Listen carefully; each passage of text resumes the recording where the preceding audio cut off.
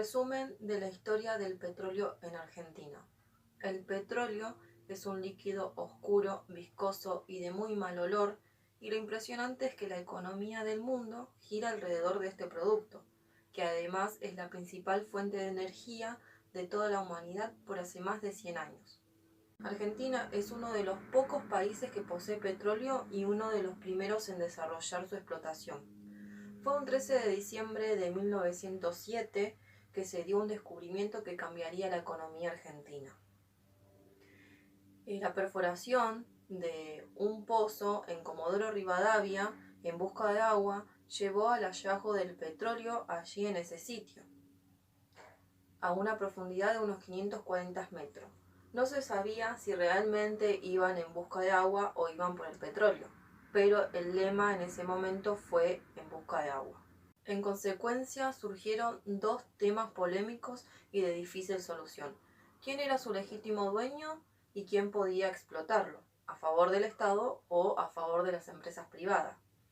Fue así que la historia petrolera argentina quedó marcada por estas dos tensiones. El que descubrió el petróleo fue José Fuchs, quien estaba a cargo del operativo en ese momento. Y por otro lado, el ingeniero Julio Krause, quien había comprado los equipos para la perforación en Europa, inmediatamente al descubrimiento da aviso al presidente de la nación y en menos de 12 horas se llevó a cabo un decreto en el que se determinaba que en 5 leguas a la redonda del lugar del hallazgo se declaraba zona de reserva. En ese entonces se estaba construyendo la primera empresa petrolera estatal del mundo.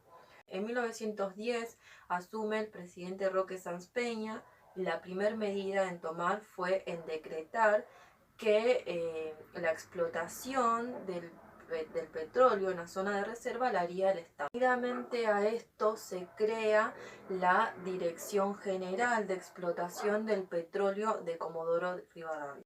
4 años después se da la Primera Guerra Mundial y junto aparecen los avances tecnológicos que modificaría la vida de millones de personas. Máquinas, submarinos, tanques, entre otros, utilizaban el petróleo como combustible. Los gases provocaron un aumento en la producción. Para el año 1916, bajo el gobierno de Irigoyen, la explotación estatal de Comodoro Rivadavia comenzaba a competir con las grandes importaciones extranjeras como la Standard Oil y la Shell. Al finalizar la guerra, aparece un nuevo fenómeno que impulsa la industria petrolera. Era el automóvil. En el tiempo, el yacimiento de Comodoro Rivadavia, perforado y sin cuidado a lo largo de 10 años, perdía presión y su rendimiento comenzaba a declinar. Para eso se requería de nuevos pozos para poder mantener el nivel de la producción. Por ende, su rendimiento disminuía y los gastos aumentaban. Y en consecuencia de esto, la Administración Estatal del Petróleo entraba en una profunda crisis. En 1920 se construye la primera refinería, pero las empresas privadas estaban en contra de esto. El 3 de junio de 1922, Irigoyen crea por decreto la Dirección General de Yacimientos Petrolíferos Fiscales, con el objetivo de poder explotar y vender el petróleo extraído. Prácticamente lo que hizo fue cambiar el nombre de la Dirección General de Explotación del Petróleo por YPF. En 1925 se inaugura una nueva refinería en La Plata bajo el gobierno de Alvear, acompañado del ingeniero Mosconi, siendo la más grande de Latinoamérica en ese momento y la más importante de Argentina en la actualidad. A partir de ese entonces, Argentina podía participar en todas las fases de comercialización del petróleo y desde ahí comenzaba a comercializar sus propios productos y aumentaba las ventas de nafta, de querosene, y junto comenzaba un enfrentamiento entre el Estado y las empresas privadas. En 1927 surge un acuerdo de la nacionalización del petróleo. En 1938 se descubre un gran hallazgo de yacimiento en Mendoza. El gobierno de Justo lo que hace es entregar el control de todas las importaciones del petróleo a YPF. Empezaron a aparecer nuevos hallazgos de yacimientos en Mendoza, Neuquén, Chubut, Salta, Comodoro Rivadavia y Santa Cruz. Y junto un aumento de la producción de un 16% anuales, llegando a 2 millones de metros cúbicos por año.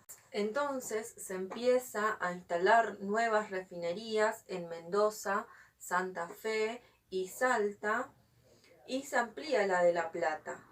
Y en 6 años aumenta la producción a un 50%. Justo lo que hace en su gobierno es crear la primera gran red de carretera, financiada principalmente por los impuestos al petróleo. Se requería de estaciones de servicios que pudieran cubrir esa red. Para eso lo que hace YPF es asociarse al Automóvil Club Argentino para poder llevar adelante ese proyecto. Y finalizando la década del 30, YPF ya tenía estaciones de servicio y surtidores en todo el país. En 1939 se da la Segunda Guerra Mundial y consigo trae un alteramiento de planes. El país entraba en una emergencia energética y fue YPF quien tuvo que enfrentar esa demanda de energía. 1946, para ese entonces gobernaba Perón, quien se había encontrado con una YPF muy débil. Lo que decide hacer es pedir ayuda a capitales extranjeros para poder llegar al autoabastecimiento del petróleo. Por eso recurre a la importación, pero finalmente no lo logra. Recién a fines de la década del 50 se logra el autoabastecimiento por Frondosi. En 1976, con el golpe de Estado, la YPF es endeudada. 6 años después, YPF pasó a ser la primera empresa estatal del petróleo a nivel mundial, asfixiada por sus deudas. 1922, el gobierno de Menem desnacionalizó el petróleo a través de la ley 24.145, transfirió el dominio público de los yacimientos de los hidrocarburos de la nación a las provincias. En 1999, la empresa española Repsol lo que hace es comprarle todas las acciones a YPF por la suma de 15.000 millones de dólares, y lo que hacía era vender el petróleo extraído. Repsol pasa a llamarse Repsol YPF. Tuvo una ganancia de 2.000 millones de dólares anuales. Economía e industria fueron creciendo a lo largo de la década del 2000 y junto aumentaba el consumo de combustible, llegando a superar a la producción, provocando que Argentina tenga que importar combustible para poder satisfacer las demandas hogareñas. Finalmente, en el año 2010 se registra un desabastecimiento de la nafta en las estaciones de servicios de Buenos Aires. En consecuencia, Repsol YPF tuvo que importar 50 millones de litros de nafta para poder abastecer a los automóviles, a los camiones, a las máquinas agrícolas, etc. Lo que provoca es una caída de 55.000 puestos de trabajo y el cierre de 3.500 estaciones de servicio. Finalmente, en el año 2012, Cristina Fernández de Kirchner decidió la expropiación del 51% de las acciones de YPF.